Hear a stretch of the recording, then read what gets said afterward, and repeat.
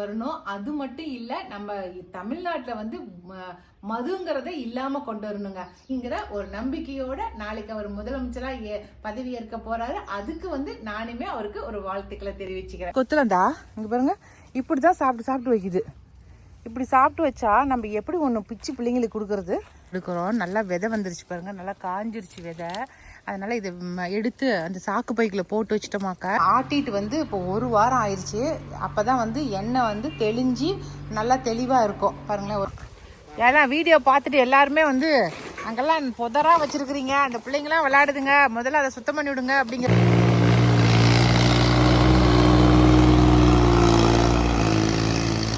பாருங்க. அப்படியே சாஞ்சு போச்சு. இது விட்டமாக்கா அப்படியே வேரும் அப்படியே பறிஞ்சிட்டு வந்துடும். அம்மும் குஞ்சு பொண்ணும் பண்ற சேட்டை கொஞ்சம் தான் இல்லை. ஏண்டா என்னைய நீ உழைக்கிறியா நீ? ஆனா ஜம்போ நாவல்னு சொன்னாக்கா பெருசா இருக்கும், ஒரு 1/4 கிலோ சைஸுக்கு இருக்கும் அப்படின்னு சொன்னாங்க. அப்படிலாம் நினைச்சிடாதீங்க. எல்லாருக்கும் வணக்கம். இது நம்ம காக்கை கூட்டம். வந்து இன்னைக்கு நான் உங்ககிட்ட ஒண்ணு சொல்லணும். இளைஞர்கள் நினைச்சா எவ்வளவு பெரிய மாற்றத்தை வேணாலும் கொண்டு வர முடியும் அப்படிங்கிறதுக்கு ஒரு பெரிய ஒரு எடுத்துக்காட்டு தான் இப்ப நம்ம தமிழ்நாட்டுல நடந்திருக்கிற எலெக்ஷன். அப்படிதானுங்களா? சூப்பரான மாற்றம் வந்திருக்குது.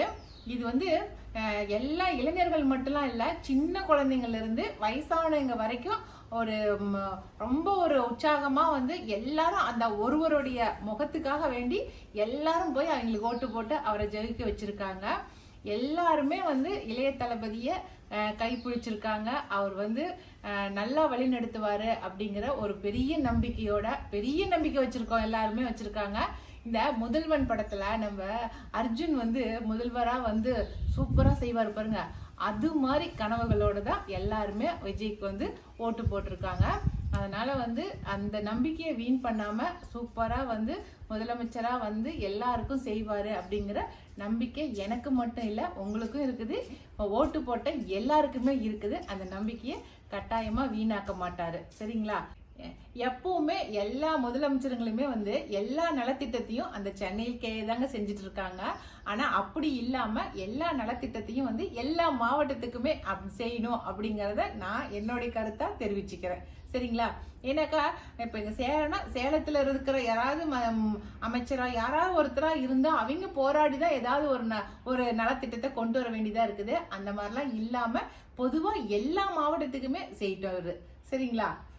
என்னோட பர்சனலா நான் நினைக்கிறது என்னன்னா, எதை செய்யறாரோ இல்லையோ முதல்ல வந்து இந்த ஊழல் இல்லாத சமுதாயம் வரணும். அது மட்டும் இல்ல, நம்ம தமிழ்நாட்டுல வந்து மதுங்கிறத இல்லாம கொண்டு வரணுங்க. ஏன்னா இந்த மது அருந்துறதுனால ஒவ்வொரு வீட்லயுமே எவ்வளோ கஷ்டப்படுறாங்க அப்படிங்கிறது எங்க கிராமத்துல நாங்க இருக்கிறதுனால தெரிஞ்சுக்கிறோம். நானே வந்து அன்னைக்கு ஓட்டு போடுறதுக்கு போயிட்டு நான் ஓட்டு போட்டு வரேன். அங்க வந்து வீதியில அப்படியே படுத்து கிடக்குறாரு, அப்படியே ஒரு டிராயரோட அப்படியே படுத்து கிடக்குறாரு. பார்க்கும்போது எவ்வளவு மனசு கஷ்டமா இருந்துச்சுங்கிறீங்க. அப்படியே அவங்க பொண்டாட்டி பிள்ளைங்க அந்த பொண்ணுங்க அவங்க குழந்தைங்க பார்க்கும்போது எவ்வளவு கஷ்டப்படுவாங்க. அதெல்லாம் எனக்கு அவ்வளவு கஷ்டமா இருந்துச்சு. அதனால இந்த சாராய கடையே இல்லாம பண்ணிருந்துங்க. அது இல்லாத ஒரு தமிழ்நாட்டை என்னைக்கு பார்ப்போம்னு தெரியல. அதனால எல்லாருமா சேர்ந்து அவர் கையை பிடிச்சிருக்கிறோம். அவர் நல்வழிப்படுத்தியே தீர்வாரு அப்படிங்கிற ஒரே நம்பிக்கை தான் நமக்கு இருக்குது. அது இல்லாம எல்லாருமே வந்து எப்படி ஆட்சி நடத்த போறாங்கன்னு பார்க்கலாம் அப்படின்னு நினைச்சிட்டு இருக்காங்க. அதுல நானுமே வெயிட் பண்ணி பார்த்துட்டு இருக்கேன், அவர் எப்படி நடத்த போறாரு அப்படிங்கிறத. இந்தியாலேயே வந்து ஒரு தலை சிறந்த மாநிலமா நம்மளை கொண்டு வருவாரு அப்படிங்கிற ஒரு நம்பிக்கையோட நாளைக்கு அவர் முதலமைச்சரா பதவி ஏற்க போறாரு. அதுக்கு வந்து நானுமே அவருக்கு ஒரு வாழ்த்துக்களை தெரிவிச்சுக்கிறேன். ஓகே, அது நம்ம காக்கை கூட்டத்து சார்பா நம்ம எல்லாருமே அவருக்கு வாழ்த்துக்களை தெரிவிச்சுட்டு என்னென்ன நலத்திட்டங்கள் வரப்போகுது அப்படிங்கறத ஆவலோட எதிர்பார்க்கலாம் நம்ம. ஓகேங்களா? எல்லாமே சொல்லி முடிச்சாச்சுங்க. இன்னமும் வந்து அவரோட ஸ்டைல்ல சொல்லணும்னாக்கா we are waiting.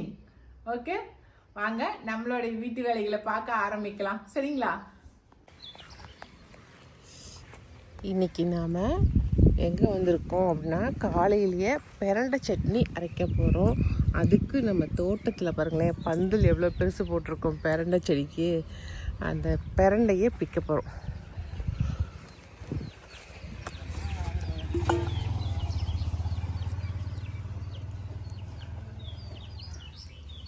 ஒரு 3 வகையான பிரண்டை இருக்குது நம்மக்கிட்ட.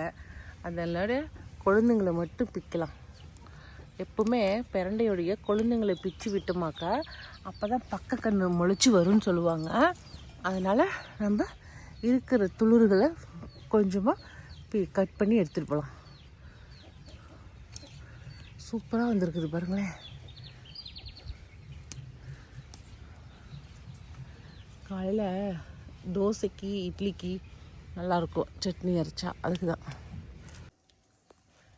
சூப்பராக பிரண்டையை வந்து சுத்தம் பண்ணியாச்சு பாருங்க. இதில் வந்து ஒரு 3 ரகம் வச்சுருக்கிறேன். நான் சொன்னேன் இல்லைங்களா, பட்டையாக்கிறது ஒன்று, அதுக்கப்புறம் நார்மலாக நம்மக்கிட்ட எல்லா பக்கமும் சதுரமாக இருக்கும் இல்லைங்களா, அது ஒன்று, அதுக்கப்புறம் உருண்டை பிரண்டை 3 வச்சுருக்கிறேன். அங்கே அப்புறம் இன்னொன்று வந்து இலை பிரண்டை, மொத்தம் 4 பிரண்டை வச்சுருக்கேன். இது எப்போவுமே கொழுந்தாக இருக்கிறதா கட் பண்ணி நம்ம சுத்தம் பண்ணணும். அப்போ தான் வந்து கை வந்து பிப்பு எடுக்காது. அது இல்லாமல் கையில் வந்து தேங்காய் எண்ணெய் தடவிட்டு நம்ம கட் பண்ணோமா எதுவுமே பிப்பு அரிப்பே வராது. இப்போ வானலில் எண்ணெய் ஊற்றியாச்சு. உளுத்தம்பருப்பு போட்டுடலாம். நான் இப்போ தேவையான எல்லாத்தையுமே எடுத்து வச்சுட்டோம் பாருங்க. பூண்டு, வெங்காயம், எள்ளு, தக்காளி, திருகின தேங்காய் எல்லாம் எடுத்து வச்சுட்டேன். இதை போட்டு இப்போ நம்ம செய்ய வேண்டியது தான். பூண்டு, அதுக்கப்புறம் வெங்காயம், அதுக்கப்புறம் வரமிளகாய், ஒரு 4 வரமிளகாய் போட்டுக்கலாம். அவ்வளோதாங்க. இது நல்லா வதங்கட்டும். இப்போ தக்காளி, ஒரே ஒரு தக்காளி எடுத்து வச்சுருக்கேன். உப்பு, சட்னிக்கு தேவையான அளவு உப்பு போட்டுடலாம். ஒரு 2 ஸ்பூன் அளவுக்கு எள்ளு சேர்த்திக்கலாம். எள்ளு நிறைய போடாதீங்க, அப்புறம் கசப்படிக்கும்னு சொல்லுவாங்க. ஆனால் எள்ளு கொஞ்சமாக போட்டோமா போதும். இதுக்கு கொஞ்சமாக புளி, கட் பண்ணி வச்சுருக்கிற பிரண்டை, நான் 1-2 இலைகளையும் சேர்த்திருக்கிறேன்.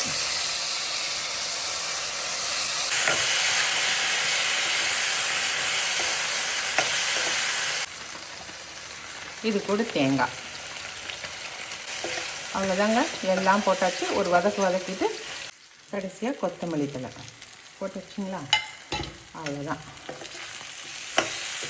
இப்போ நம்ம வந்து ஆஃப் பண்ணிவிட்டு நம்ம ஆற விட்டு சட்னி அரைச்சிடலாம்.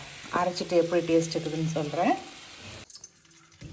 இது வந்து சில்லி சிக்கன் பொரிச்ச எண்ணெய்ங்க. இந்த எண்ணெயவே ஒரு 2 ஸ்பூன் அளவுக்கு நம்ம ஊற்றிக்கலாம். எதுக்கு அப்படின்னாக்கா பாருங்கள், சில்லி சிக்கன் பொரித்து எடுத்து வச்சுருக்கேன். இதை வந்து இப்போ வந்து விகாஸ் தம்பிக்கு கொஞ்சம் கிரேவி மாதிரி பண்ணி கொடுத்துடலாம்.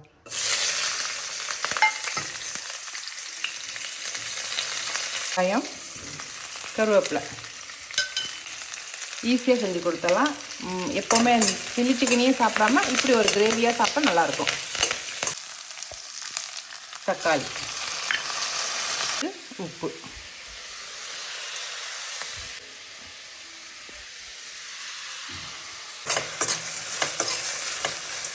இதில் இஞ்சி பூண்டு பேஸ்ட்டு கொஞ்சம் சேர்த்துக்கலாம்.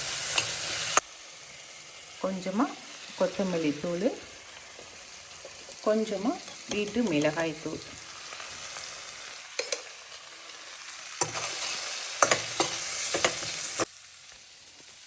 தண்ணி கொஞ்சம் ஊற்றிடலாம். கொஞ்ச நேரம் வேகட்டும். இதுலேயும் வந்து நம்ம பொரிச்ச சிக்கனை போட்டுடலாம். சில்லி சிக்கன் இது கூடயே சேர்ந்து வெந்து வரட்டும்.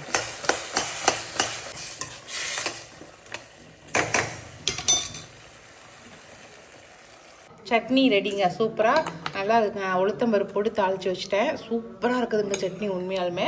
அடுத்து சிக்கனுமே, சில்லி சிக்கனையுமே இது மாதிரி பிரட்டி வச்சுருக்கேன். 2 பேரும் என்னன்னே தெரியாமல் தடுமாடுறானுங்க.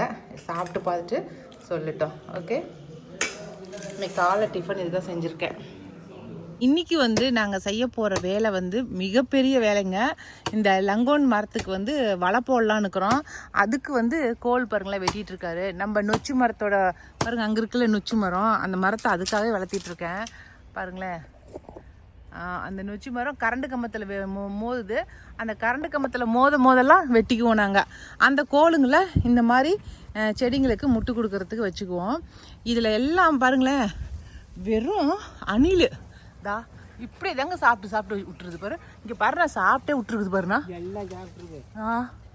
இவ்வளோ சிரமப்பட்டு இந்த செடிங்களை வளர்த்தி அங்கே மேலே பாருண்ணா அந்த கொத்துலையும் 4 தின்னு பிடிச்சினா கொத்துல எங்கெங்க இருக்குதோ அந்த கொத்துல இந்தா இங்கே பாருங்க இப்படி தான் சாப்பிட்டு வைக்குது. இப்படி சாப்பிட்டு வச்சா நம்ம எப்படி ஒன்று பிச்சு பிள்ளைங்களுக்கு கொடுக்கறது? ஒரு காடு வாங்கி அதில் செடியை வச்சு அதை கஷ்டப்பட்டு காப்பாற்றி எதுக்கு இதெல்லாம் பண்ணுறோம்?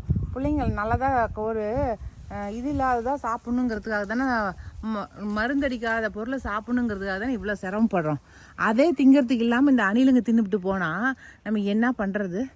அதுக்கு தான் இன்றைக்கி வந்து வலை வாங்கி வச்சுருக்குறோங்க. இந்த இதுக்குன்னு போடுற வலை விற்றாங்க, அது வந்து ஒரு 2000 ரூபாய்க்கு வாங்கியிருக்கேன். அதை இன்றைக்கி போட்டு விட்டுடலான்னு இருக்கிறேன். அதுக்கு தான் கீழாப்பில் தொங்குற இலைங்களை எல்லாத்தையும் எடுத்து மேலே நிமித்தி வச்சு முட்டு கொடுத்து அதுக்கு மேலே வலையை மாட்டி விட்டுறலாம். சரிங்களா? இருக்கிற காயவாது காப்பாற்றி விடலாம். இன்றைக்கி அந்த வேலை தான் இன்றைக்கி வந்தது, அண்ணன் வந்தது இன்றைக்கி அந்த வேலையை தான் முதல்ல செஞ்சு விடலான்னா அப்படின்னு இன்றைக்கி ஆரம்பிச்சிருக்கிறோம். இன்றைக்கி வந்து தெவலையை வந்து அறுத்து எடுக்கலான்னு சொல்லிட்டு எடுக்கிறோம். நல்லா விதை வந்துருச்சு பாருங்கள், நல்லா காஞ்சிருச்சு விதை. அதனால் இதை எடுத்து அந்த சாக்கு பைக்கில் போட்டு வச்சிட்டோமாக்கா அதில் எல்லாம் விதை கொட்டிடும். அதுக்கப்புறம் நம்ம எடுத்து விதைகளை வந்து தூவி விட்டுறலாம். அதுக்கு தான் இப்போ கீழே விழுற இடத்துல எவ்வளோ செடிங்க முளைக்க போதா தெரியல. ஏன்னா இதுக்கு மேலே எல்லாமே நல்லா காயிட்டும் அப்படின்னு சொல்லி நினச்சிட்டு இருந்தேன். ஆனால் காய எல்லாம் கொட்டுது கீழே. அதனால தான் சரி இருக்கிறதாவது எடுத்துடலாம் அப்படின்ட்டு ஒரு பாதி மட்டுமாவது எடுத்துடலாம் அப்படின்னு இப்போ பாதி எல்லாத்தையுமே கட் பண்ணி சாக்கு பையில் போட்டு வைக்கிறேன். இந்த கீரை விதையாட்டமே தானே இருக்குது. இந்த பின்னாடி காட்டை ரெடி பண்ணதுக்கப்புறம் அங்கே கொண்டு போட்டுக்கலாம் ஒரு வாரமாக. இன்றைக்கி வந்து தேங்காய் எண்ணெய் வந்து ஃபில் பண்ணுற வேலை ஸ்டார்ட் பண்ணியாச்சுங்க. ஏன்னா அதுக்கு வந்து கேனெல்லாம் வாங்கிட்டு வந்தாச்சு. ஏன்னா எண்ணெய் ஆட்டிட்டு வந்து இப்போ 1 வாரம் ஆயிடுச்சு. அப்போ தான் வந்து எண்ணெய் வந்து தெளிஞ்சு நல்லா தெளிவாக இருக்கும். பாருங்களேன், ஓரளவுக்கு எல்லாம் தெளிய ஆரம்பிச்சிருச்சு. உள்ளே இருக்கிற ட்ரம்முங்க ஒவ்வொரு ட்ரம்மாக எடுத்து வச்சு அதையுமே வந்து வடிகட்டுறாங்க. பிரியா வந்து வடிகட்ட, சசி வந்து அதை வந்து புனலில் வந்து ஃபில் பண்ண, ஊற்றி ஃபில் பண்ண, இப்படி ஆளுக்கு ஒரு வேலையாக இருக்குது. இன்னும் 2 பேர் வந்து வேறு டியூட்டியில் இருக்கிறாங்க. அவங்க வந்ததுக்கப்புறம் ஜாயின் பண்ணுவாங்க. இப்போ வந்து ஃபஸ்ட்டு வந்து ஸ்டார்ட் பண்ணியிருக்காங்க ஒர்க்கை இன்னைக்கு. அப்படியே கொஞ்சம் கொஞ்சமாக எல்லோரும் வந்து சேர்ந்துக்குவாங்க அப்படின்ட்டு. ஏன்னா இருக்க லேட் ஆகிட்டே இருக்குதுங்க, அதனால் வேலை செஞ்சிடலாம் அப்படின்ட்டு. எங்கே பூனாச்சு போகிற நீ? இன்னும் வயிற்றில் ஒன்றுமே இல்லை, வயிறுலாம் ஒட்டி போயிருக்குது. பூனாச்சி இப்போ தான் இந்த ட்ரிப்பு தான் இந்த பூனாச்சி வந்து இது பள்ளி பிடிச்சி தான் நான் பார்த்தேன்டி. என் கண் குளிராக பார்த்தேன். 2 குட்டி பூனைங்க இருக்குது இங்கே பாரு. பூனாச்சிங்க, பூனாச்சி பட்டாளமே இருக்குது. நீங்கள் இந்த ட்ரம் எல்லாமே எண்ணெய் தாங்க, தேங்காய் எண்ணெய் தாங்க ஆட்டி வச்சுருக்கோம். எல்லாம் மூடி வச்சுருக்கோம். எல்லாம் இதாகட்டும், வடிகட்டும் அப்படின்னு. நிறைய குட்டி பூனைங்க இருக்குது, 3 குட்டி பூனைங்க இருக்குது. சரி, எப்படியோ ஒன்று எங்கள் ரூமில் வந்து எலி தொல்லை இல்லாத பண்ணிட்டாங்க. பட கருவையா பூனையை பார்த்துட்டு விடியாடுறியா நீ? ஓடி போயிரு. சரி, வெகு விரைவில் உங்களுக்கு வந்து எண்ணெய் வந்து சேலுக்கு வந்துடும். அதனால் வெயிட் பண்ணுங்க.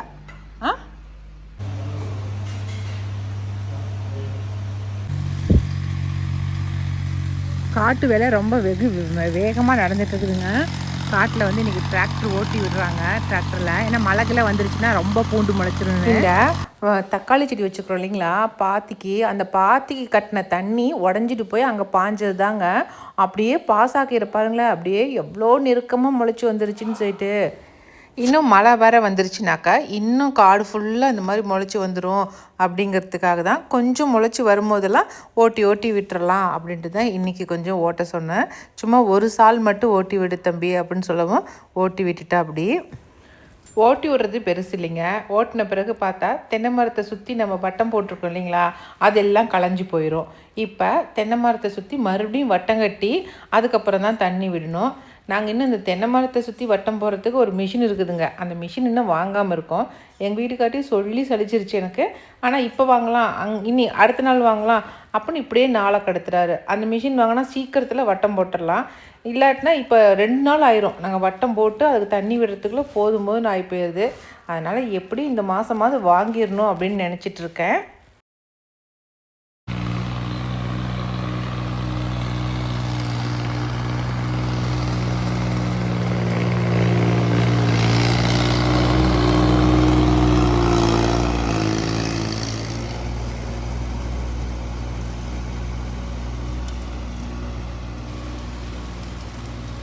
காட்டை இது 2வது சால் ஓட்டுறாங்க. அதனால் என்ன வேகமாக ஓட்டுறான் பாருங்களேன். நல்லா சரு சருன்னு போகிறதுனால.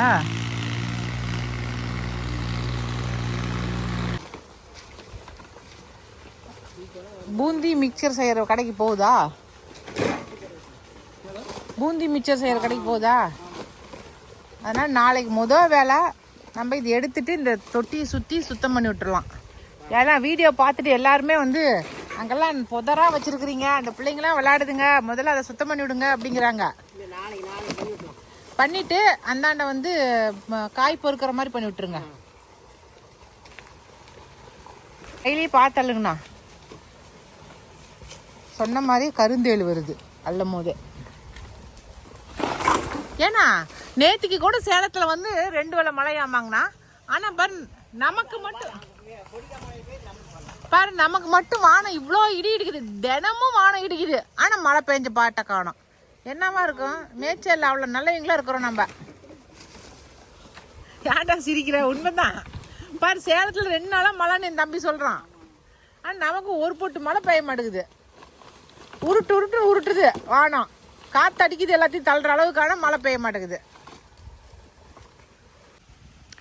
நேற்றுக்கு நாம் வெள்ளை நாவலை பார்த்தோம். இன்றைக்கி நாம் கருப்பு நாவலை பார்க்க போகிறோம். இதுக்கு பேர் வந்து ஜம்போ நாவல். ஆனால் காய் உண்மையாலுமே தேனாட்டை தித்திக்குதுங்க. ஆனால் வவ்வால்கிட்ட சண்டை போட்டு தான் நம்ம வாங்கணும். இதையுமே எல்லாத்துக்குமே வலை போட்டு விட்றாங்க இனிமேல். பாருங்களேன், கருப்பானதுக்கப்புறம் எடுத்து பிச்சு சாப்பிட்டோமா தேனாட்டம் இருக்குங்க காய். ஆனால் ஜம்போ நாவல்னு சொன்னாக்கா பெருசாக இருக்கும், ஒரு 1/4 கிலோ சைஸுக்கு இருக்கும் அப்படின்னு சொன்னாங்க. அப்படிலாம் நினச்சிடாதீங்க. அந்தளவுக்குலாம் அந்தளவுக்குலாம் பெருசாலாம் இல்லை. பரவாயில்ல, நிறைய இருக்குது காய் மேலாம்.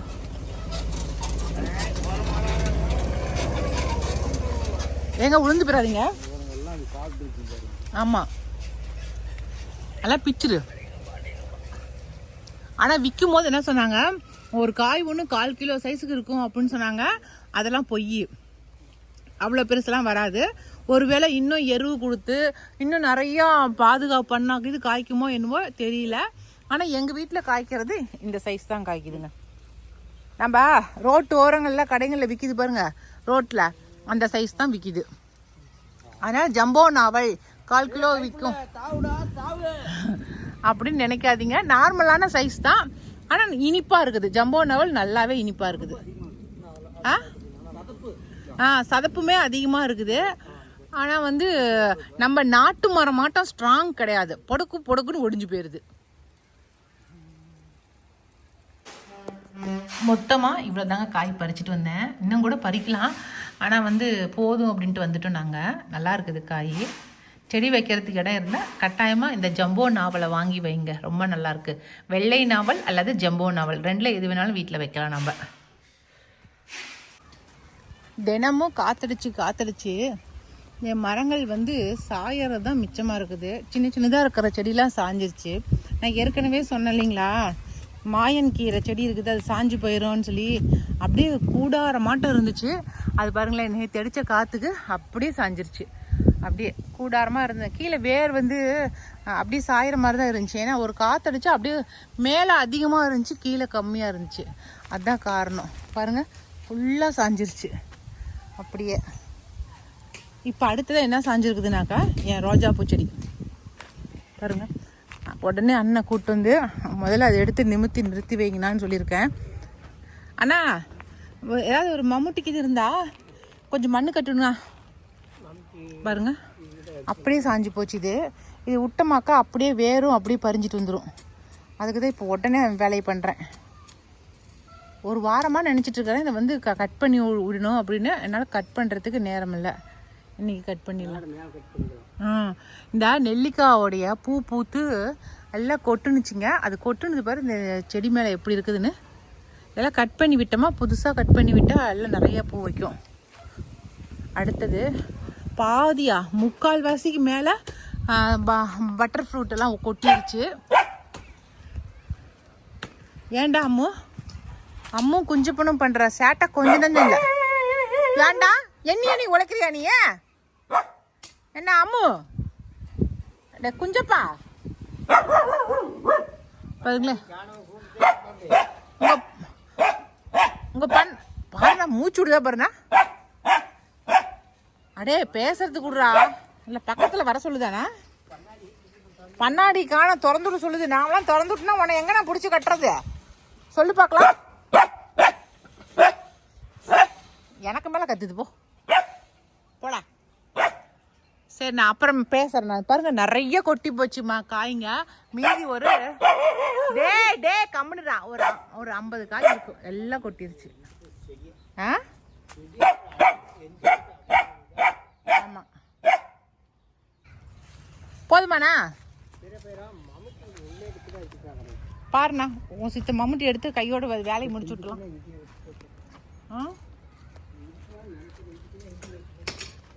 அடுத்ததா நம்ம புஷ்பில்லோ செடியை காட்டுறோம் பாருங்க. எனக்கு இந்த புஷ்பில்லோ ரொம்ப ரொம்ப பிடிக்கும். எனக்கு இந்த புஷ்பில்லோ அதனால தான் எங்கெங்கே இடம் கிடைக்குதோ அங்கெல்லாம் கொண்டு வந்து வச்சுருவேன். இங்கே பாருங்களேன் சூப்பராக இருக்கா? அப்படியே கொத்து கொத்தாக பூத்துருக்குதுங்க. பார்க்கவே அவ்வளோ அழகாக இருக்குது. சூப்பராக இருக்குல்ல? எவ்வளோ தான் நீங்கள் மரங்கள் காய் காய்க்கிறது கனி கொடுக்கறது வச்சிங்கனாலும் பூ பூக்கிற மரங்கள் வச்சிங்கன்னா தான் அந்த இடமே அப்படியே கலர்ஃபுல்லாக இருக்கும். அவ்வளோ சூப்பராக இருக்குது. அப்படியே சிகப்பு கலராக அங்கங்கே ஆப்பிள் தொங்குற மாதிரி தொங்குது எங்கள் வீட்டில். அழகாக இருக்குது. சரி அவள் அதுக்கு மண் கட்டி விட்டுட்டோம். அதுக்கப்புறம் நம்ம போய் செடியை கட் பண்ணி விட்டுறலாம். இங்கே ஒரு செடி இருக்குது, அங்கே ஒரு செடி இருக்குது. 2 செடி வச்சுருக்கேன். ஒன்று 7 days ரோஸு, ஒன்று ஒயிட் ரோஸு. ரெண்டுமே நல்லா பூ பூத்துட்ருக்கிறது தான். கொஞ்சம் பராமரிப்பு இல்லை, அவ்வளோதான். இப்போ கட் பண்ணி விட்டுறலாம். அடித்த காற்றுக்கு நல்லா 2 வெள்ளை மழை பெஞ்சிருக்கணுங்க. ஆனால் அப்படிலாம் ஒன்றும் பெய்யல. சும்மா மேல் மண் நனையிற அளவுக்கு தான் மழை பெஞ்சிச்சு. நீங்களே பாருங்களேன், ரொம்ப கொஞ்சமாக தாங்க மழை பெஞ்சிருக்கு. ஆனால் சேலத்திலலாம் சூறாவளி காற்றோடு மழை பெஞ்சிருக்குது. என்ன பண்ணுறது, நாங்கள் கொடுத்து வச்சது அவ்வளோதாங்க. இன்றைக்கி இந்த வீடியோ இதோடு முடிஞ்சிருச்சுங்க. இன்றைக்கி எங்கள் தோட்டத்தில் என்னென்ன செஞ்சோம் அப்படிங்கிறத ஒரு வீடியோவை எடுத்திருந்தேன். இந்த வீடியோ உங்களுக்கு பிடிச்சிருக்குன்னு நான் நினைக்கிறேன். அப்படி உங்களுக்கு பிடிச்சிருந்துச்சினாக்கா லைக் பண்ணுங்கள். மறக்காமல் நம்ம காக்கையை கூடத்துக்கு சப்ஸ்கிரைப் பண்ணிடுங்க. இனி அடுத்த ஒரு புது வீடியோவில் நம்ம மறுபடியும் சந்திக்கலாம். பாய்.